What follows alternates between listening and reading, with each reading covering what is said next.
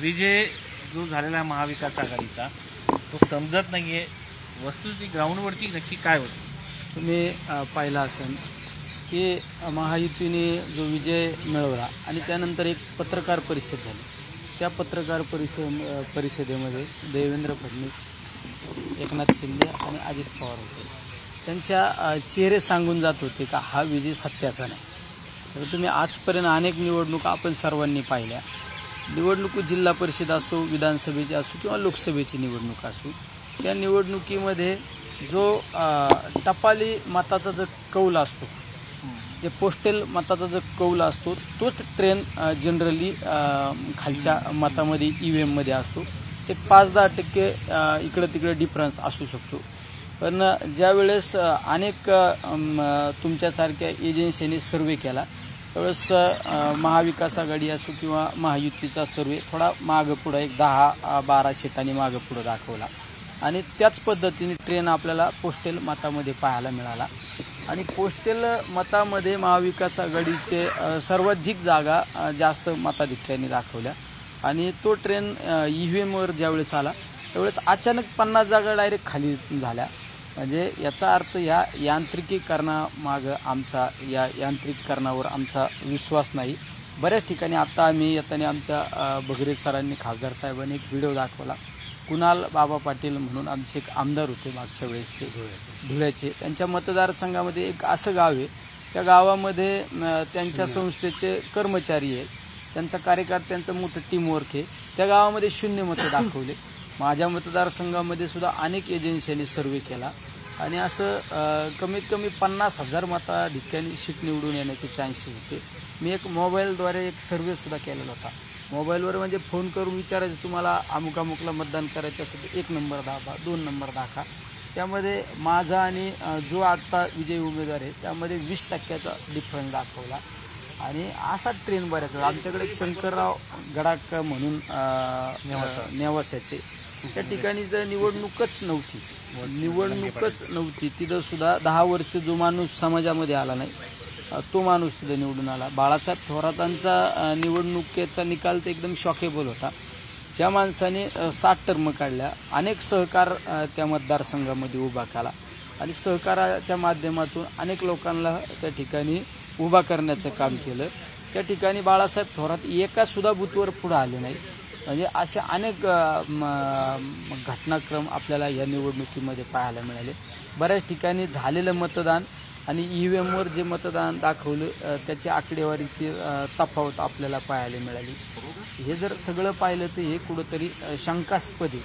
माझ्या मतदारसंघातले तर असे काही गावं आहेत जे गाव मला 1,000-1,500 मताधिक्य देणारे गाव आहेत, तिथं मला 100 मताचं लीड मिळालं. काही ठिकाणी तर पूर्णपणे गावं आमच्या विचाराचे, तिथं आम्हाला मताधिक्य नाही.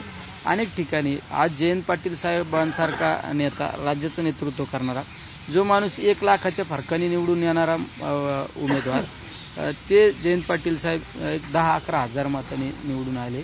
असे अनेक तुम्ही पाहिलं असेल. बऱ्याच उमेदवारांची आकडेवारी जर पाहिली तर जवळजवळ सेम आकडेवारी आहे. हे सगळं जर पाहिलं तर ही निवडणूक ही शंकास्पद आहे. साहेब पुढे काय करणार? त्या EVMवरती निवडून काय करणार आता? काय करणार लोकसभेला? सगळं संशय व्यक्त झाला, करणार काय? आता लोकसभेच्या निवडणुकीमध्ये जो विजय खऱ्या अर्थाने जनतेने आम्हाला कौल दिला त्याचाच इफेक्ट हरियाणा असो किंवा महाराष्ट्राला बसलेला आहे. तुम्हाला असं वाटतं मॅनिप्युलेशन झालंय? हे अख्खं तुम्ही पाहिलं असेल. आजपर्यंत राजकीय लेवलवर चर्चा असायची की EVM मॅनेज होतं, EVMवर शंका राजकीय पातळीवर घेतली जायची.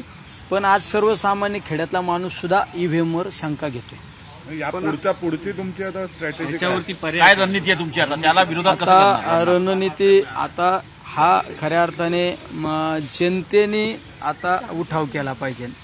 एखाद्या राजकीय पार्टीने, पक्षाने उठाव करण्यापेक्षा हे सर्व जनतेने एकत्र येऊन उठाव केला पाहिजे. कारण रात्रंदिवस आपण समाजामध्ये काम करायचं, कष्ट करायचं, जनतेची सेवा करायची आणि निवडणुकीमध्ये जर असा दगाफटका होत असेल तर त्या निवडणुकामध्ये काही महत्व राहिलेलं वाटतं. लोकसभेला निकाल लागला, तुमच्या बाजूने कौल लागला आणि आता विधानसभेला विरोधात लागला. भाजप हेच म्हणतंय की मग लोकसभेला पवारांना चांगली जागा मिळाल्या, मग आता विरोध का केला जातो? नाही. लोकसभेच्या निवडणुकीला जे यश मिळालं तोच खरा घात झाला ना. त्या विरोधकांना जाग आली का आता आपल्या बाजूने जनता राहिलेली नाही. आज तुम्ही पहा, महाराष्ट्रामध्ये तुम्ही महाविकास आघाडीच्या सभा पहा आणि महायुतीच्या सभा पहा. महायुतीच्या नरेंद्र मोदी साहेबांच्या सभेला सुद्धा गर्दी नव्हती, हे तुम्ही चित्रीकरण केलं. अनेक सभा त्यांच्या फॉल गेल्या. आणि जर असा काय बदल होऊ शकत नाही ना. तुम्ही साधं सोपं गणित तुम्हाला सांगतो, जे टपाली मताचा जो काउंट आहे तो ट्रेंड जनरली आतापर्यंत जनरली म्हणण्यापेक्षा 100% निवडणुकांमध्ये तो ट्रेंड राहतो. पण तो कसा बदलला अचानक, ही सुद्धा शंकास्पद गोष्ट आहे.